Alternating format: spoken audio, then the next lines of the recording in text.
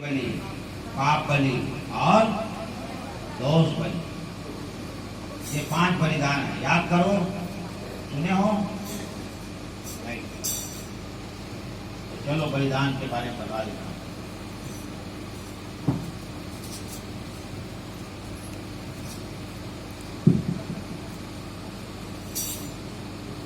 बलिदान हमारा जो विषय है वो है बलिदान।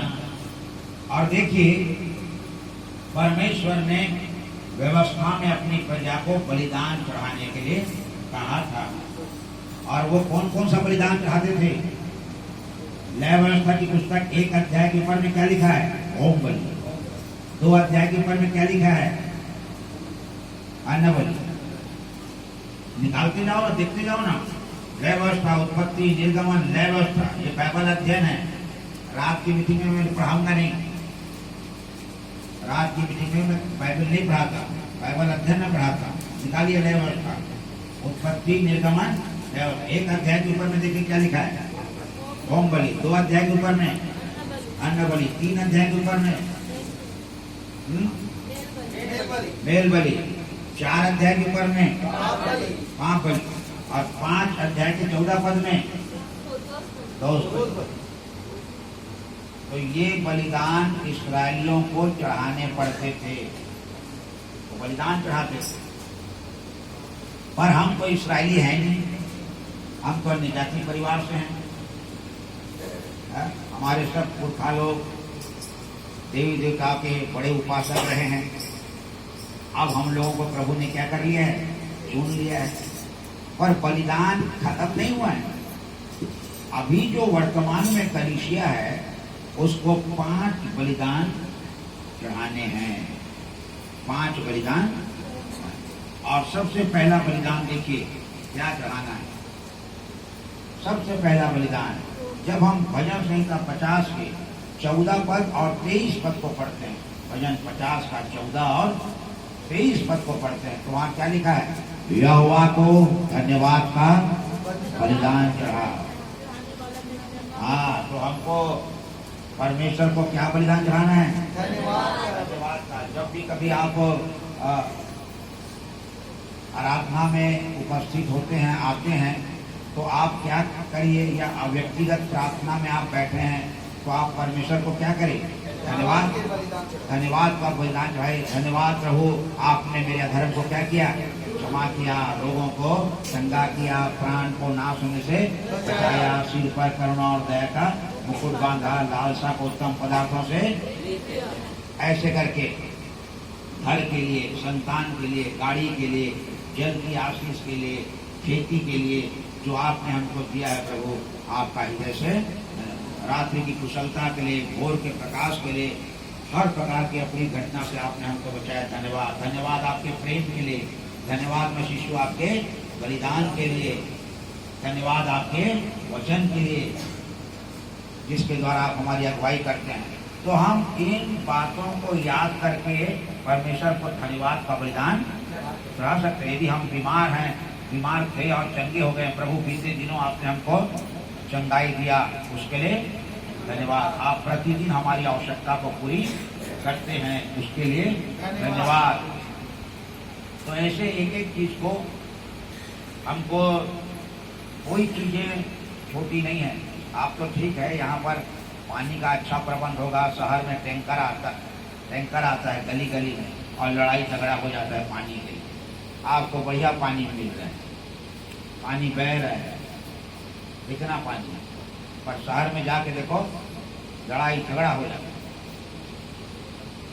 ये होता है। और पानी के लिए धन्यवाद, उद्धार के लिए धन्यवाद। ये एक एक चीजों को जब हम प्रार्थना में बैठते हैं, तो देखो, आप तो हिंदी में प्रार्थना करते होगे, तो हिंदी में जल्दी से खत्म हो जाता है प्रार्थना।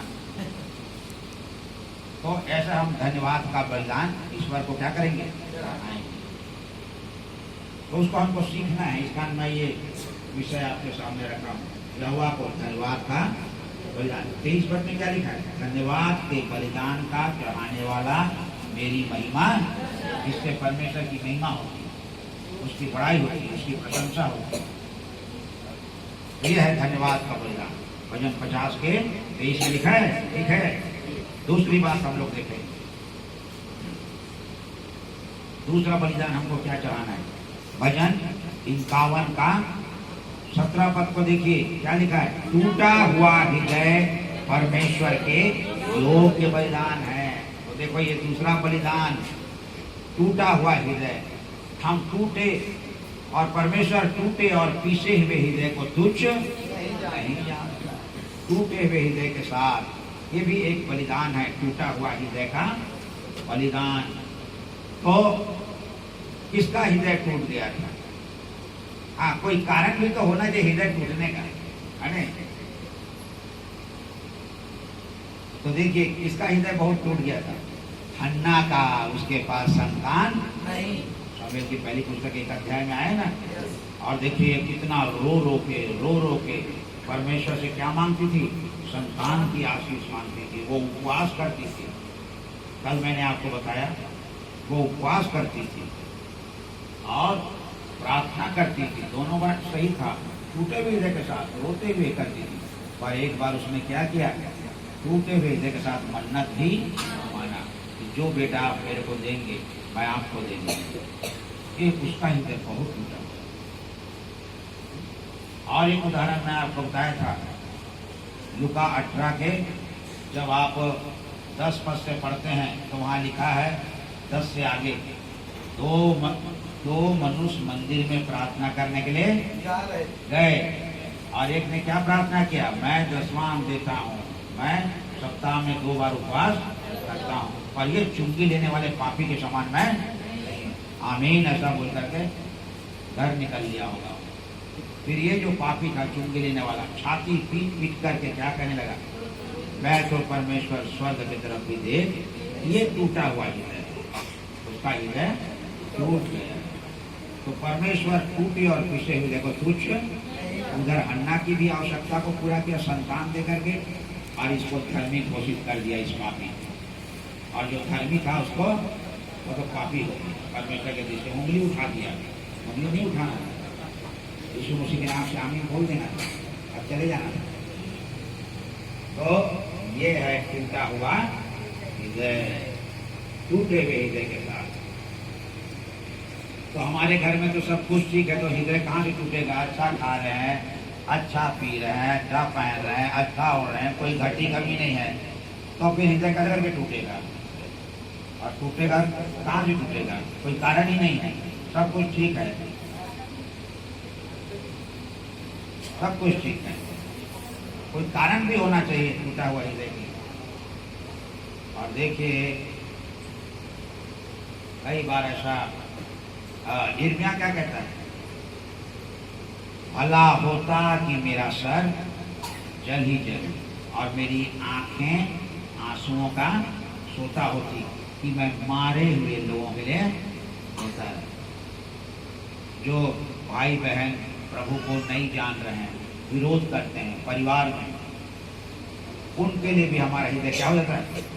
टूटना चाहिए कि प्रभु आप उनको भी बचा लीजिए, उन पर भी दया कीजिए। आपने हमको तो अंधकार से ज्योति में ले आया, पर उनको भी ले आए। तब हमारा हृदय क्या हो जाएगा? उनके प्रति, क्योंकि वो लोग बचे नहीं है, अंधकार में है, ठोकर खा रहे हैं, प्रभु उनको बचा लीजिए। तो ऐसा करके जब हम प्रभु के पास आते हैं टूटे हृदय के साथ, तो ये टूटा हुआ हृदय का बलिदान, 2 बलिदान हो गया। तीसरा बलिदान, रोमियो की पत्री उसका 12 अध्याय को जब आप पढ़ेंगे तो क्या लिखा है वहाँ? रोमियो, मत्ती, मरकुस, लूका, यूहन्ना, प्रेरितों के काम के बाद रोमियो। हाँ, और उसका 12 अध्याय में क्या लिखा है? 2 पद में, हाँ, परंतु तुम्हारे मन के नए हो जाने से अपने शरीर को जीवित, पवित्र और परमेश्वर को भावता हुआ बलिदान करके चढ़ाओ, यही तुम्हारी आत्मिक सेवा है। लिखा है? हाँ हाँ, 1-2 पद। अपने शरीर को जीवित, पवित्र और परमेश्वर को भावता हुआ बलिदान करके। तो ये कौन सा बलिदान है? शरीर का बलिदान। तो जीवित और पवित्र। यदि शरीर पवित्र ही नहीं है तो फिर समझ लो कि वो जीवित भी नहीं। परमेश्वर की दृष्टि में क्या है, वो मरा हुआ है। पाप क्या कर देता है, प्रभाव डालता है। और पाप किसमें होता है, इसी शरीर में होता है।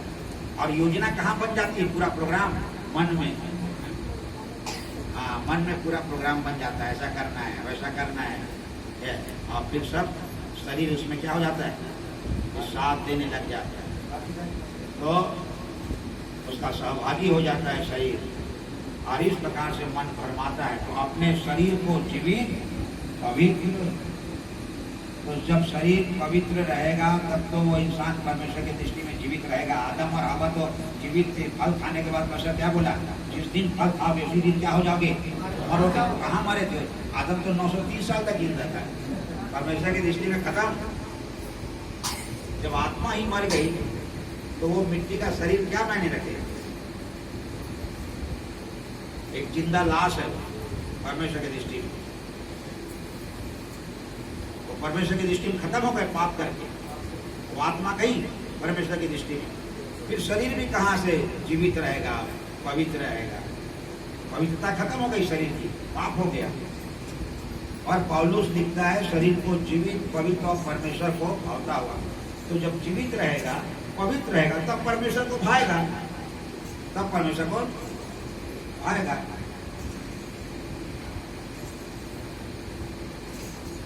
भाई आप किसी आम को अच्छे से दबा दबा के जूस लोगे, अब गुठली और छिलका को किसी पकड़ा के ले तो भी जूस ले बोलने, वो उसको भाएगा क्या, हो नहीं भाएगा। सब गुदा को तो चूस लिया और छिलका गुठली को। तो जब हमारा शरीर जीवित और पवित्र नहीं रहेगा तो कैसे वो कैसे करके भाएगा। अगर छिलका गुठली पकड़ा रहे हो मेरे को, मरा हुआ शरीर, तो ये तीसरा बलिदान है, हालेलुया, जो हमको ईश्वर को आना है।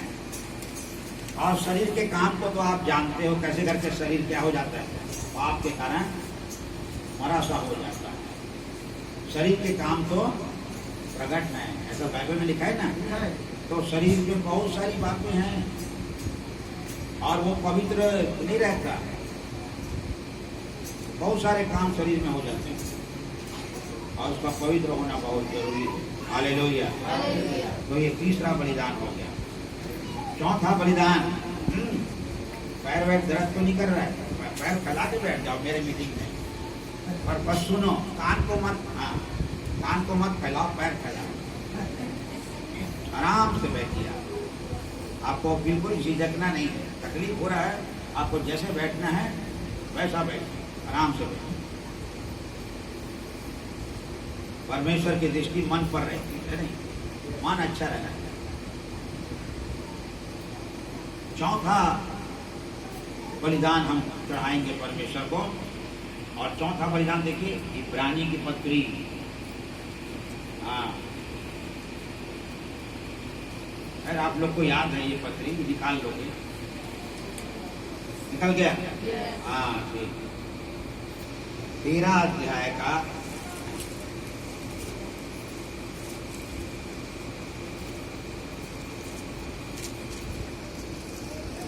'इब्रानियों की पत्री 13 अध्याय का 15 पद को देखिए। इसलिए हम उसके द्वारा हाँ, स्तुति रूपी बलिदान, उन होठों का फल, तो उसके नाम का अंगीकार करते हैं। तो यीशु मसीह के नाम का अंगीकार करते हो, परमेश्वर का पुत्र है, वो मुक्तिदाता है। परमेश्वर को सर्वदा स्तुति रूपी।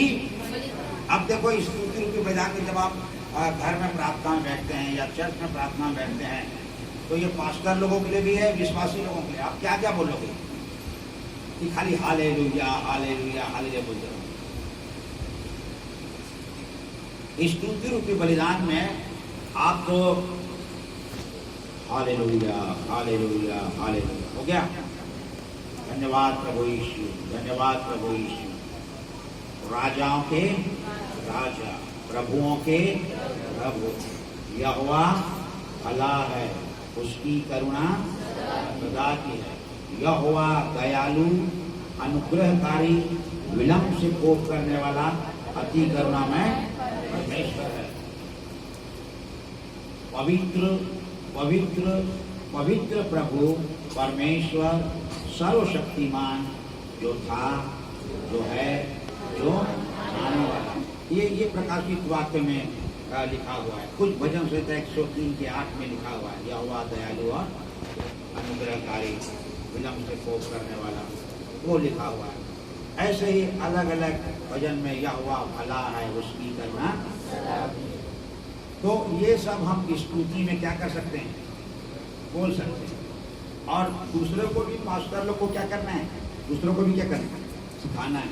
जिस कारण जब मैं कहीं भी जाता हूँ बाबा धन में, तो उनको सिखाता हूँ पवित्र पवित्र पवित्र। धीरे धीरे बोलूंगा तो सब लोग जो नहीं पढ़ा है वो भी क्या हो जाएगा। और मैं जल्दी जल्दी बोलूंगा, क्या हुआ भला है, उसकी करुणा सदा की, यह हुआ दयालु और अनुग्रहकारी, विलम्ब से कोप करने वाला, अति करुणा में परमेश्वर है, हालेलुया। ऐसे जल्दी जल्दी बोलूंगा तो जो पढ़े लिखे नहीं उसको समझ में, और रफ्तार से बोलने से पढ़े लिखे लोग भी पकड़ नहीं पाएंगे, क्योंकि रफ्तार से जा रहा है। इस कारण जब सिखाना है चर्च को, कलीसिया को, यहोवा भला है, उसकी करुणा सदा की है, यहोवा भला है, उसकी करुणा, यहोवा दयालु और अनुग्रहकारी, विलम्ब से कोप करने वाला, अपनी करुणा में सिखाते हुए। मैं तो सीख लिया, अब मेरे को आपको सिखाना है। तो धीरे धीरे पवित्र पवित्र पवित्र प्रभु परमेश्वर है। और उसके बाद हमको और क्या बोलना है, ये तो हो गया। उसके बाद यदि आपको कोई भजन याद है, कोई भजन याद है तो उसको बोलो, नहीं तो हिंदी में जल्दी खत्म हो जाएगा। पूरा पारा पड़ोस के लिए प्रार्थना करोगे तो आधा घंटा के अंदर 15 मिनट में प्रार्थना क्या हो जाएगा, खत्म हो जाएगा। इसी कारण अपन बलिदान चढ़ाते रहेंगे। और हम क्या बोलेंगे, हमको यदि भजन संहिता 1 याद है तो हम बोलेंगे प्रार्थना में, क्या ही धन्य है वो पुरुष जो दुष्टों की युक्ति पर नहीं चलता और न पापियों के मार्ग में खड़ा होता और न ठंडा करने वालों की मंडी में बैठता है। यदि आपको ये याद है तो आप जब व्यक्तिगत प्रार्थना करते हो या चर्च में भी प्रार्थना करते हो तो आप उसको क्या कर सकते हैं, बोल सकते हैं। आप मत्ती 5 को ही बोल सकते हैं, धन्य है वे जो मन के दीन है क्योंकि स्वर्ग का राज उन्हीं का है। धन्य है वे जो शोक करते हैं क्योंकि वो शांति पाएंगे। धन्य है वे जो नम्र हैं क्योंकि वो पृथ्वी के अधिकारी होंगे। धन्य है जो धर्म के भूखे और प्यासे हैं क्योंकि वे तीर्थ के जाएंगे। धन्य है वे जो दयावंत हैं क्योंकि पर दया। धन्य है जिनके मन शुद्ध है परमेश्वर को देखेंगे। धन्य है जो मेल कराने वाले परमेश्वर के पुत्र। यहाँ तक बोलिए। अब यदि और भी हमको बैठना है प्रभु के सामने, यदि 1 घंटा बैठना है और हमेशा हमारा प्रार्थना आधा घंटा में खत्म हो रहा है तो पहले ऐसा ऐसा बोल बोल के हम अपने आप को क्या करेंगे, तैयार करेंगे। क्योंकि मन इधर उधर क्या हो जाता है, भटकता रहता है। और डायरेक्ट कभी भी आके परमेश्वर को ऐसा करना, वैसा करना, ये देना, वो देना नहीं बोलना। ये तो परमेश्वर सोचेगा वो देखो वो आ रहे हैं, मांगने के लिए आ रहे हैं, इसीलिए वो लोग आ रहे हैं, मांगेंगे अब कुछ ना कुछ। नहीं, हमारा काम है पहले हमको बलिदान चढ़ाना। और यदि आपको भजन संहिता 23 याद है तो उसको बोलो, यहोवा मेरा चरवाहा है, मुझे कुछ घटी होगी, वह मुझे हरी हरी चराए में। उसको याद करो, उसको बोलो। गर्मी छुट्टी में इसको याद करो, याद है? हाँ, इधर से कोई नहीं बोल रहा है, याद है वो, इधर ही से बोल रहे हैं याद, इधर से कोई नहीं बोल पा रहे। तो गर्मी छुट्टी में इसको क्या करो, याद करो और लिख लिख के याद करो, तो प्रार्थना में वो काम आएगा। फिर आप भजन संहिता 84 को भी 5-6 पद तक बोल सकते हैं। हे सेनाओं के यहोवा तेरे निवास क्या ही प्रिय है। मेरा प्राण यहोवा के आंगनों की अभिलाषा करते करते मूर्छित हो चला। मेरा तन और मन दोनों जीवते ईश्वर को पुकार रहे हैं। हे सेनाओं के यहोवा, हे मेरे राजा, हे मेरे परमेश्वर, तेरे वेदी में गौरिया ने अपना बसेरा और सूपा बेनी ने घोंसला बना लिया जिसमें अपने बच्चे रखे। क्या ही धन्य है वे जो तेरे भवन में रहते हैं, वे तेरी स्तुति निरंतर करते रहेंगे। क्या ही धन्य है वो जो तुझसे शक्ति पाता है और वे जिनको सियोन के सड़क की सूची है। बस यहाँ तक उसको बोल लिए। और यदि आपको भजन संहिता 91 याद है तो फिर उसको बोल लो, जो परम प्रधान के छाए हुए स्थान में बैठा है वो सर्वशक्तिमान की छाया में ठिकाना पाएगा। मैं यहोवा के विषय कहूंगा, वो मेरा समय स्थान और गढ़ है, वो मेरा परमेश्वर है, मैं उस पर भरोसा रखूंगा, वो तो तुझे पहले के जाल से और महामारी से बचाएगा। ये चाहिए, उसको बोलिए, तो उससे आप देर तक के परमेश्वर के चरणों में बैठ सकते हैं। उसके बाद आप भजन संहिता 3 को भी याद कर लीजिए, यही मेरे मन यहोवा को धन्यवाद, और जो कुछ मुझ में पवित्रान को 8 पद तक, 8 पद तक उसको बोलिए। उसके बाद आपको याद करना है क्या, भजन संहिता 121 को बोलिए, मैं अपनी आंखें पर्वतों की ओर लगाऊंगा, मुझे शायद, ये सब आप बोलिए। तो ये सब हिंदी का है, और ये सब हिंदी क्या हो जाएगा, फिर थोड़ा सा समय मिल जाएगा परमेश्वर चरणों में बैठने के लिए। एक तो हम हालेलुया और पवित्र यहोवा भला बोल दिए, फिर उसके बाद ये सबको याद कर लिया, उसको क्या किए, उसको बोलिए, उसको बोल लिए। अब उसके बाद और थोड़ा देर बैठना है प्रभु के चरणों में, तो क्या बोलना है, धन्यवाद प्रभु यीशु, राजाओं के राजा, प्रभुओं के प्रभु, यहोवा भला है, ईशा खाला दाता रारा पोषण दाता नामिया कहना है। फिर अन्य भाषा में आप बोलिए, अन्य भाषा खत्म नहीं होता, हिंदी खत्म हो जाएगा। अब अन्य भाषा में हमको, तो देखिए कितना देर हम प्रभु के चरणों में बैठ गए, अब अन्य भाषा में हम चालू हो गए। पर अन्य भाषा सब नहीं बोल सकते, और इसको आप लिख भी नहीं सकते। हाँ, 2-4 सुन के आप, हाँ ऐसा बोलते हैं पास्टर लोग, वैसा उसको पकड़ लोगे 2-4 को, पर ये पकड़ने वाली बात नहीं है। ये तो पवित्र आत्मा आएगा तब हम उसमें क्या कर सकते हैं, बोल सकते हैं। और जिनका हैबिट हो गया है वो उसमें, तो फिर और पवित्र आत्मा तो है ही, बस सीधे बोलना है। जब हम हिंदी में किसी से बातचीत करते हैं तो सोच सोच के बोलते हैं, नहीं बोलते। तो रीसा खाला जाता रहता क्वेश्चन, सीधे बोलेंगे, हिंदी छोड़ करके अन्य भाषा में बात करेंगे। तो ये है बलिदान, स्तुति रूपी बलिदान, ये चौथा बलिदान है, इनको स्तुति रूपी बलिदान चढ़ाना है। हालेलुया, ये सबको सीखना है। और 5वां बलिदान क्या है, भलाई और उदारता का। उदार बोलने से वो मनुष्य अपने घटी कमी में भी लोगों की क्या कर देता है, मदद कर देता है। जैसे कुरिन्थियों की दूसरी पत्री और उसके 8 अध्याय को आप पढ़ेंगे ना, तो वहाँ एक कलीसिया के बारे में लिखा है, वो लोग बहुत उदार दिल के थे। देखो वहीं पर पता चलेगा आपको, पढ़िए उसका 8 अध्याय का 1 पद, दूसरा 8 अध्याय